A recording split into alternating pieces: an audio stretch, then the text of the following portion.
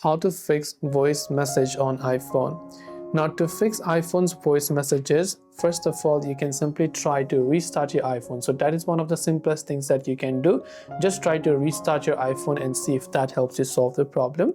You can toggle on Bluetooth and airplane mode as well. So you can just try to turn off and turn on Bluetooth, turn on and turn off airplane mode, and see if that helps you solve the problem.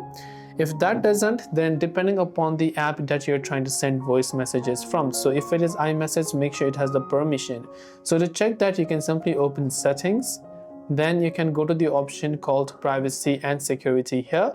Then you can look for a certain application which you want to have the access to. So if you're, let's say, trying to send a voice message, go to microphone option, select, make sure that the app from where you're trying to send the voice message has microphone access enabled, like Messenger or Instagram, like this. So that's it for this video. If you have any questions, feel free to leave them down. Thanks for watching, and do subscribe for more tips and tutorials such as these.